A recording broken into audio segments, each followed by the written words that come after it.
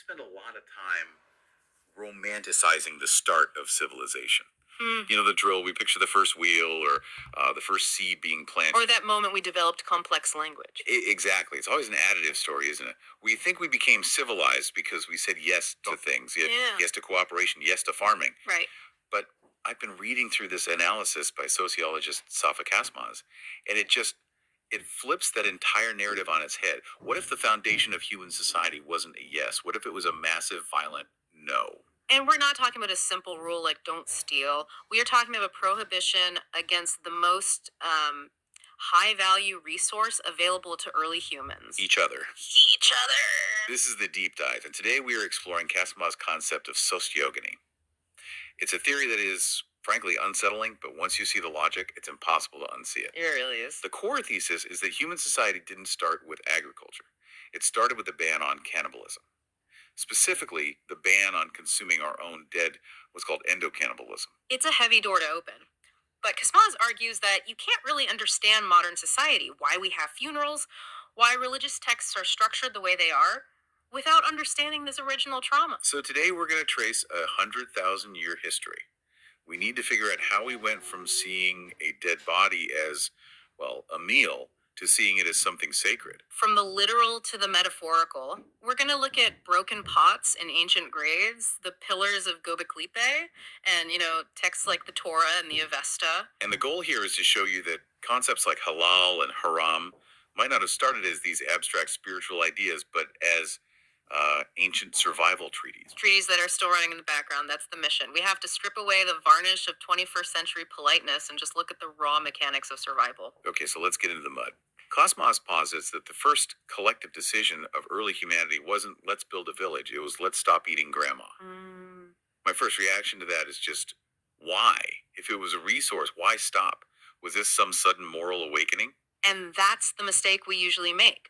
We project our own modern morality onto Paleolithic survival. Kasmaz is very clear that this wasn't about right and wrong. Not in their sense. Not at all. It was about alliance. I mean, think about it. Yeah. In the harshest conditions, a dead body is a massive amount of protein.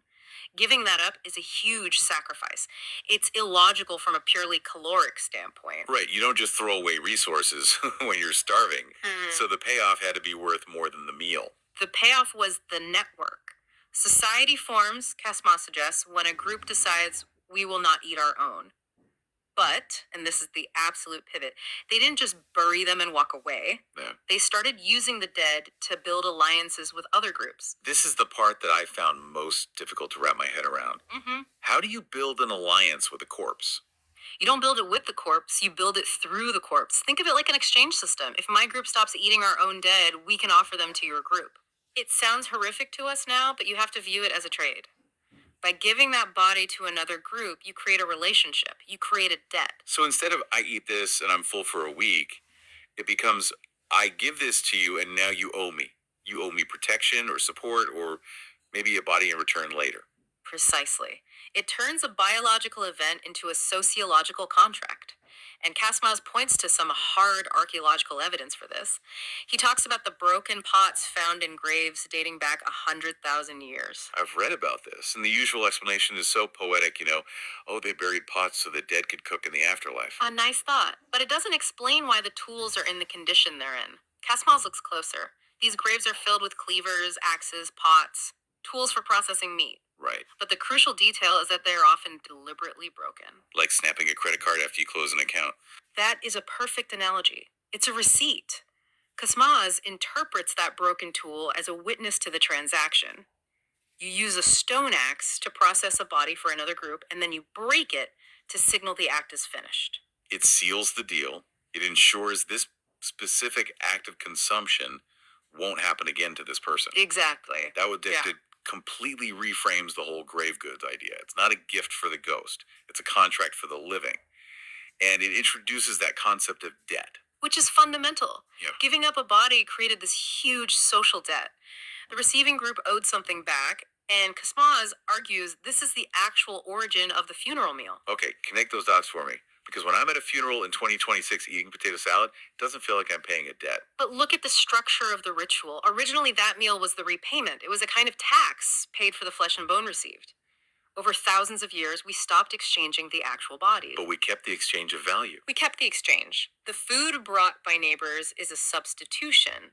You are paying the family the value of the body so that you don't have to consume the body itself. So the casserole is a buyout clause. In a sociological sense, yes, it balances the ledger. It says, we acknowledge the value of this life, and here is the caloric substitute. It creates a buffer. That gives me chills.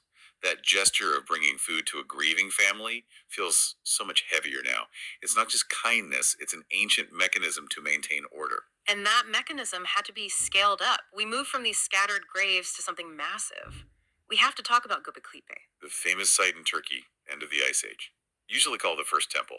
But Cosmos sees very differently. He doesn't see a cathedral, he sees a courthouse. Or a United Nations summit. He views Göbekli as a monumental declaration of this prohibition. You have nearly 40 different social groups gathering there. That's unprecedented. Totally. He suggests they weren't there just to pray to some abstract gods. They were there to negotiate the new rules for handling death. 40 groups is a massive summit for the Stone Age. So they aren't eating each other, and they aren't eating their own. What's the new system? The outsourcing of violence. This is the moment humanity tries to wash its hands of the blood. Instead of humans eating the dead or trading them to other humans. They transfer that role to animals. Exactly. Which explains the carvings, all the vultures, scorpions, lions. Vultures are vultures are key. You see that iconography of a vulture taking a human head. Casmas reads that as a treaty. We will let the animals do the dirty work. We step back. The vulture eats the body. So we don't eat it, the vulture does, and we stay clean. And we get to keep the symbolic remains. Casmas suggests there were specific deals, like, the flesh is yours, eagle, but the bone is mine. The animals became sacred because they saved us from ourselves. They took on the burden of the violence. Yes. And then, and this part is so baffling to archaeologists, they buried the whole place. They didn't just abandon it, they filled it in with tons of dirt. Casmas argues it served its purpose. Burying the site was the final seal on that era. It was proof that they were moving on. They were burying the hatchet, or I guess burying the courthouse. They were ready for written codes. Which brings us to scripture. From stone pillars to the Torah, the Avesta. Casmas treats these as legal codes for enforcing the ban, as society got more complex. The Avesta, the Zoroastrian text, is a perfect example. The rules are incredibly strict. You can't burn a body, that pollutes fire.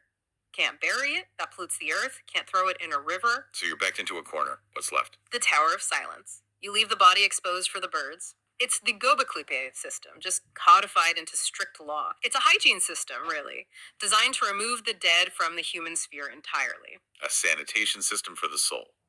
Okay, now we have to talk about the book of Genesis. This is where Casmas' theory gets really provocative. He looks at the forbidden fruit and says, it's not an apple. It's definitely not an apple, and he argues it's not about abstract knowledge. The prohibition, Casmas argues, is against eating the fruit of the loins. He's saying the ban was on child sacrifice. Or more specifically, the consumption of the child. Remember, as you shift to agrarian society, the child becomes the most precious product of the family. The command, you shall not eat of this fruit, is the first great law against internal cannibalism of the young. That puts the story of Abraham and Isaac in a totally different light. I mean, we all know the story. God tells Abraham to sacrifice his son, stops him, provides a ram instead. I always saw it as a test of loyalty. Casmas sees it as a historical pivot point. It's not just a test, it's a transition. Abraham is the founder because he institutionalizes the substitute. He swaps the child for the ram. He saves the human fruit by offering an animal proxy. It's the outsourcing of violence all over again, just like at Göbekli Tepe, but now it's in a story that billions of people will memorize. It's the same effort, paying the debt of death without using human flesh. Which leads us directly to halal and haram. We think of these as spiritual, pure, and impure. But you're saying they started as edible versus cannibalistic? That's the core argument. Look at the bans on consuming blood or carrion. Those exist to create a hard physical line between food and corpse. If you ban eating blood, it's much harder to slip back into eating human blood. It's a firewall. Exactly. And Casmas points to Noah's flood as a kind of menu change for humanity. A menu change. Think of the flood as a social revolution. After the flood, you see the rise of wine. Wine becomes the blood of the grape. Ah, this is my blood. There it is. Wine replaces human blood in the ritual. Grains and things like ashura or Noah's pudding replace flesh. The flood washed away the old order and established a new menu. Which draws a direct line to Christian communion. This bread is my flesh, this wine is my blood. In church, it sounds like a mystery, but through this lens. It's the ultimate summary of this 100,000-year process. Jesus isn't inventing a new metaphor. He is invoking the ancient substitution. He's saying, we keep the ritual, but we make it entirely symbolic. You keep the memory, but you remove the violence. It's the final civilizing of that impulse. It's just wild to think that taking communion, or even just toasting with red wine, you're reenacting a treaty that kept your ancestors from eating each other. And it persists in ways we don't even see. We talked about the funeral meal, but let's go deeper. Why do neighbors bring food to a grieving family? I always thought it was just being nice. They're sad, they can't cook, let's bring a lasagna. But look at the structure. You bring food from outside. In many cultures, there's a strict ban on cooking inside the house of the deceased for a few days. Because the smell. Think about it. If you light a fire and roast meat in a house with a fresh body, the smell mimics the old forbidden act. It triggers the wrong instinct. Wow. So the fire's put out to stop the association. Yes. The food has to come from the neighbors. It's a symbolic payment to the family, the owner of the dead, to ensure the alliance continues without violence. We think we're being polite, but we're fulfilling a Paleolithic treaty. I feed you so you don't feed on the dead. So we call it etiquette, but it's actually survival. It's the operating system of society. That's the core of SOCİOGONY. We think society was built on abstract faith. Kasmaz argues it was built on the physical struggle to stop eating one another. The foundation is, I do not eat you, therefore we are. Our civility is just a very, very elaborate system of substitutions. Substitutions, rituals, and debts. We are peaceful because we've built these massive systems, from the stones of Göbekli Tepe to the funeral casserole, to keep our primal instincts in check. So next time you're at a dinner party or a wake, you're participating in a 100,000-year-old peace treaty. And it's one we have to keep signing every day through our rituals. It's what holds the fabric together. Before we wrap up, I want to leave the listener with one thought. If our most sacred rituals, communion, funeral meals, dietary laws, are actually ancient mechanisms to tame our cannibalistic history, what else is out there? That is the big question. Think about sports, politics, how we date. Which of these are just tamed versions of our wildest survival instincts with origins we've totally forgotten? Are we ever truly civilized, or are we just really, really good at symbolism? It makes you wonder what a sociologist in the year 4000 will say about our rituals today.